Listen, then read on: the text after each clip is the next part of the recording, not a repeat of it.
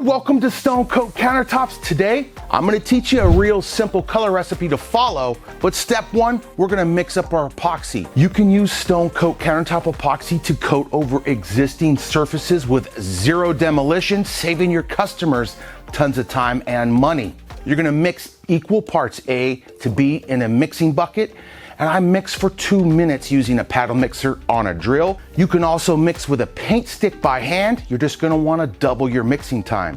After the epoxy's mixed, we're gonna divide it up into separate mixing cups, and then we're gonna color those cups individually. Then we're gonna take the colored epoxy and pour it right back into this bucket in layers. Just random, any way you wish. When the bucket's back full, we're gonna pour that out right over our countertop.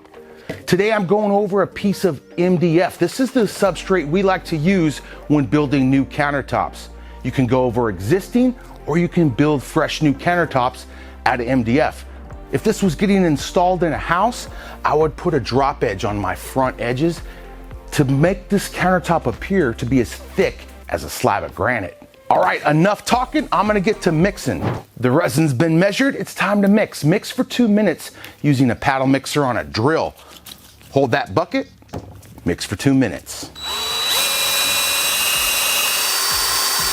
Midway through mixing, slow the paddle mixer down, rub the sides and bottom to incorporate any epoxy that's clinging to the sides of that bucket.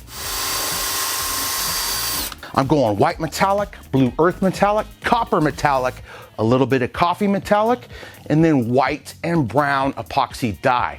All right, it's about a tablespoon of metallic powder to fully tint each one of these cups, even less. So I'll just do a heavy tablespoon to make sure I have enough powder in each one of my cups.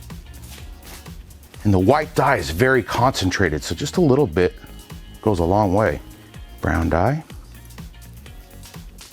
This copper is like liquefied metallic sheets of copper. That stuff is pretty. And to mix the powders in, just fully incorporate until all those powders have been liquefied.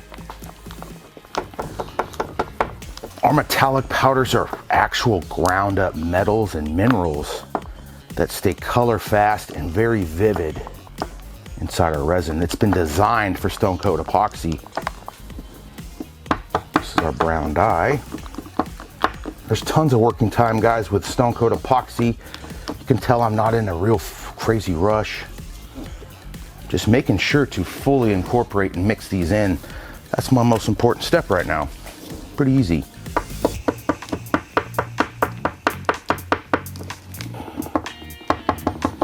To make an earth tone exotic marble, we're gonna take this tinted metallic epoxy and pour it back into this larger mixing bucket in a random fashion. There's only one rule when building an exotic pour marble bucket is you don't mix this big bucket once you pour all your colors back in.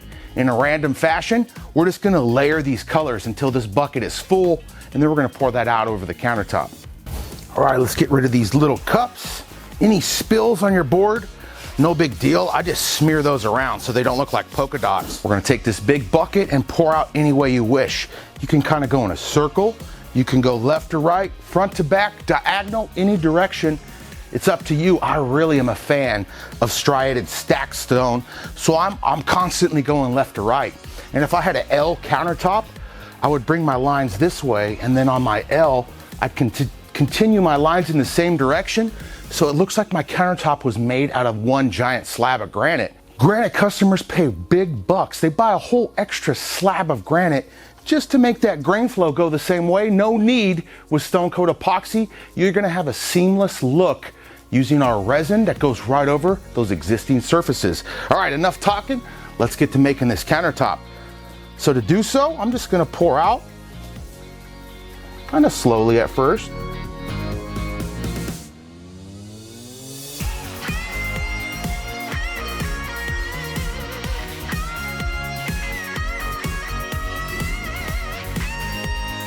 Just keep pouring out your resin here until it's all the way out of the bucket. Now that the resin's out on our project, it's gonna continue to self-level for the next couple hours. I'm gonna use my finger and break up any dry areas. If you make those areas wet, the epoxy then flows even better. So just kind of come here on your leading edges and pull that epoxy towards you, making any dry areas wet. You're going to lubricate your board that way, and then the resin will continue to self-level along that wet board much easier. And I'm just pulling that leading edge. That way I'm not really messing up any of those color techniques. Those colors are going to stretch and self-level out, come together and look real pretty. So I'll just do that to any spots, or I'll grab my bucket and use any residue there for any bigger spots. Like I'm gonna fill in some right there.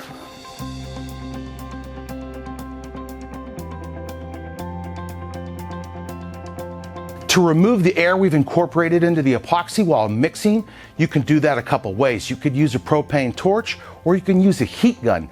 Today I'm going to show you how to use a heat gun. You're just going to sweep the surface of that project about an inch or so off the surface of the countertop. That's also going to help the self-leveling process, and you can move and push the resin around with that heat gun to give you some real cool effects.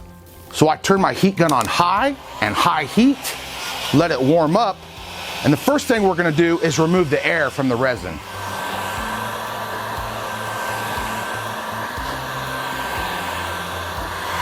I'll get some drips and just wet that area down, and then wet this whole edge down with all those drips.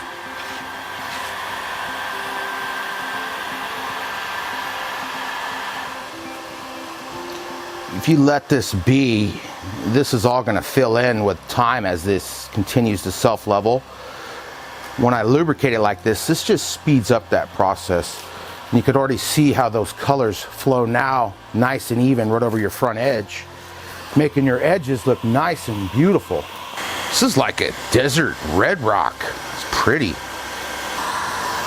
Well, there you have it. Instant countertops. Not much skill, guys, just it's all on your colors. This earth tone marble is looking quite nice. If I wanted this brighter, less dark, I would just use more white metallic and white dye versus the brown metallics and brown dyes.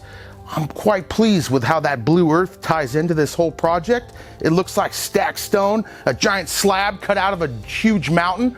No need to remove the mountains in America anymore, guys. Go with Stone Coat Epoxy. We teach you how to create countertops step by step on our YouTube channel, Stone Coat Countertops. We teach you how to prep and go over pretty much any existing surface. Stone Coat Epoxy is compatible with laminate, marble, granite, solid surface, and many, many more.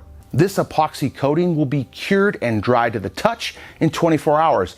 Then we'll come back, lightly sand, and apply the ultimate top coat. The ultimate top coat brings the durability to maximum, brings the sheen level down to a more natural stone look, and it's the final piece in our epoxy countertop system. Just follow the process in this video and have a good time, guys. Don't forget, from Stone Coat Countertops, you got this, and we'll see you on the next video.